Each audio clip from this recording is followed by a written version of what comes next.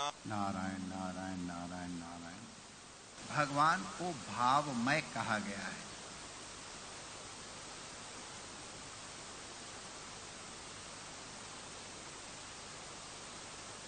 हमारे अंतःकरण का स्वरूप हमारे भाव के अनुरूप ही निर्मित होता है और उसी भाव के अनुसार हमको सब कुछ दिखता है, सुनाई पड़ता है, अनुभूत होता है। हम लोगों ने जब भगवान कंस की सभा में गए हैं तो वहां पर वही श्री कृष्ण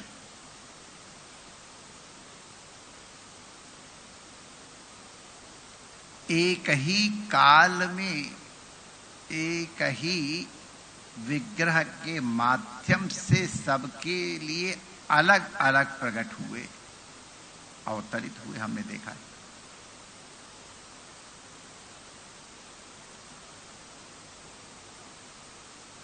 तो ये भगवान कृष्ण को देखना अपने भाव के अनुरूप है।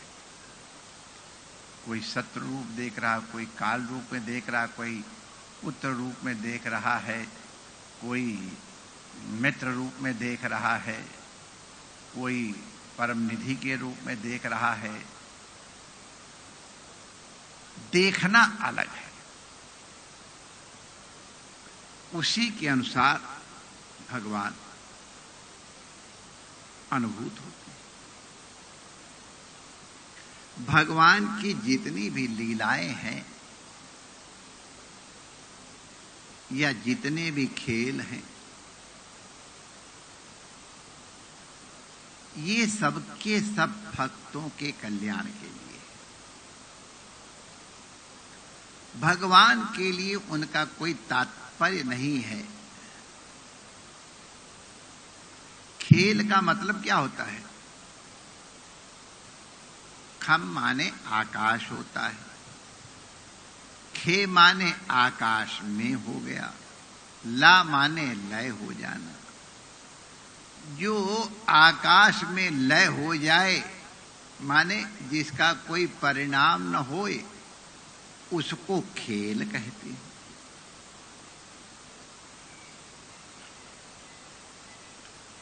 वहां कोई पाप पुण्य संस्कार इत्यादि की कोई बात नहीं है। परस्पर अत्यंत विरुद्ध गुणों का आश्रय भगवान है, परमात्मा है, ये तो वेद भी मानता है। तद एजते तद नैजति, वेद भगवान कहते हैं। अणो रणीयान और महतो महीयान। जो अणु है, अणु माने यहां पर ये इतना छोटा नहीं, माने जो सबसे सूक्ष्मतम कल्पना किया जा सकता, भगवान उससे भी सूक्ष्म है। पुहुपवासते पातरा ऐसा तत्व अद्भुत। तो अणु से भी अणुनियान माने छोटे।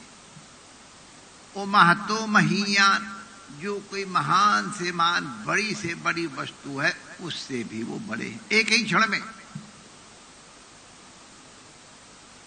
एक ही क्षण में, तद दूरे तदुअंतिके, एक ही क्षण में।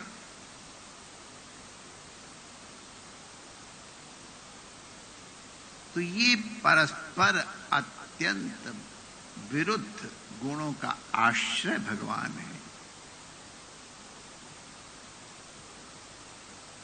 उनकी लीलाएं, लीला का मतलब क्या है? ली आश्लेषणे होती है धातु।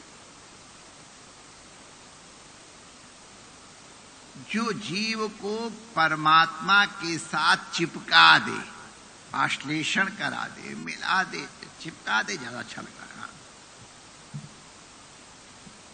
उनका आलिंगन करा दे, आनंद करा दे, उसका नाम लीला है। अब इस लीला का क्या प्रकार होगा, जैसा जैसा व्यक्ति होगा।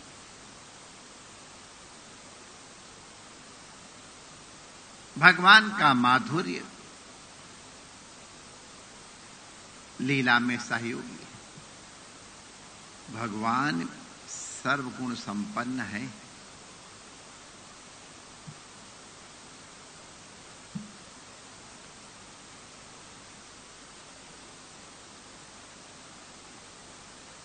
चार वेद हैं, उनकी ज्ञाता तो भगवान है ही है, पढ़ा है सांद्र। हमारे उपवेद भी हैं, आयुर्वेद है,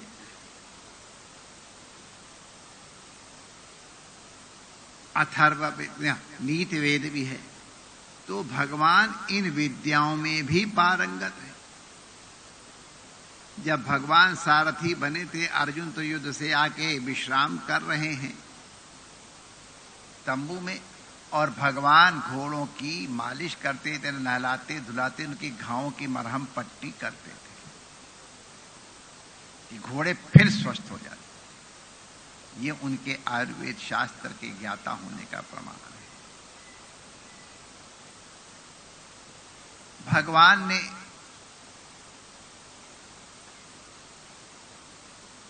ग्यारह अक्षौणी सेना के सामने 7 अक्षौणी सेना की विजय करा दी। ये युद्ध का कौशल है उनका।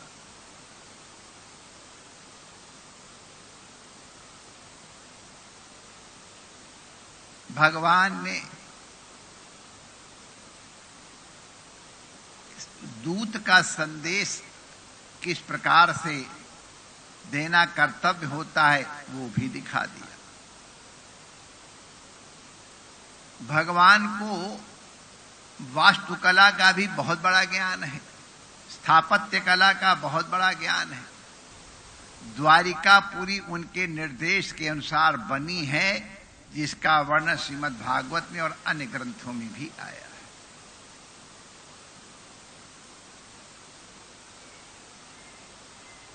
सड़कें कैसी, चौहट्टे कैसे, चौराहे भवन कैसे, रथ चलने का मार्ग अलग, पैदल चलने का मार्ग अलग, ये सब व्यवस्थाएं भगवान ने करी। युधिष्ठिर के यहां जब राजसभा बनाई है तो ऐसी अद्भुत लीला थी कि वहां जहां थल है वहां जल दिखता है, जहां जल है वहां थल दिखता है। हम लोगों ने देखा है।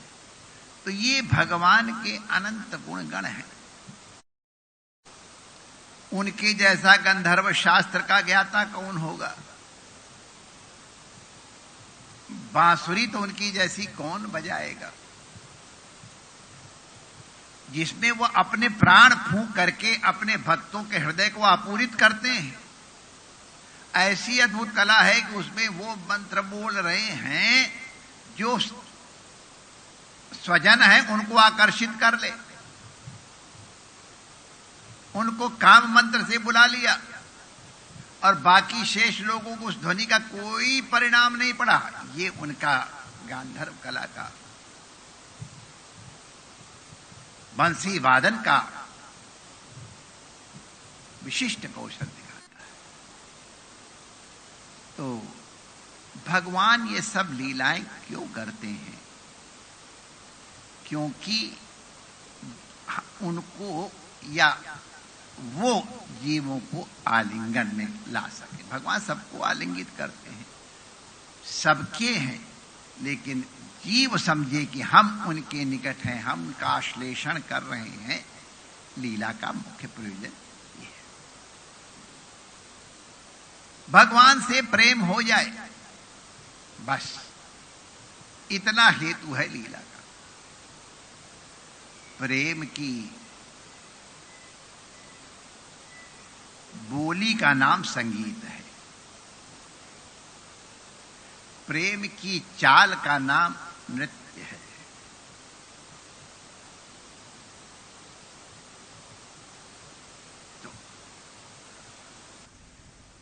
तो भगवान जो बोलते हैं, जो चालते हैं, उस सबका सब आश्लेषण के लिए भक्त उनकी ओर आकर्षित हो सके। और जो भक्त उनकी ओर आकर्षित नहीं होते हैं, उनके सामने जाकर के उसको आकर्षित करते हैं। भागवत में वर्णन है, कुबरी जो कंस के लिए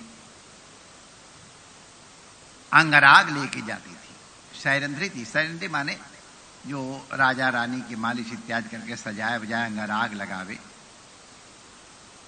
तो मथुरा में दुनिया भर के लोग तो सब कन्हैया के पास आ रहे हैं दर्शन के लिए। कोई छत पे चढ़ा, कोई सड़क पे आ गए।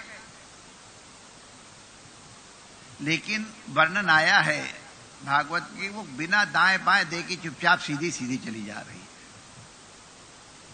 कन्हैया की तरफ देखा भी नहीं, और लोग लगे हुए थे, टूटे पड़ रहे थे। किसी के घर में घुस गए भगवान, लाओ माला लाओ। किसी को कहते रहे हमारे कपड़े ठीक कर दो। कुबरी के पास तो विशेष कर रहे।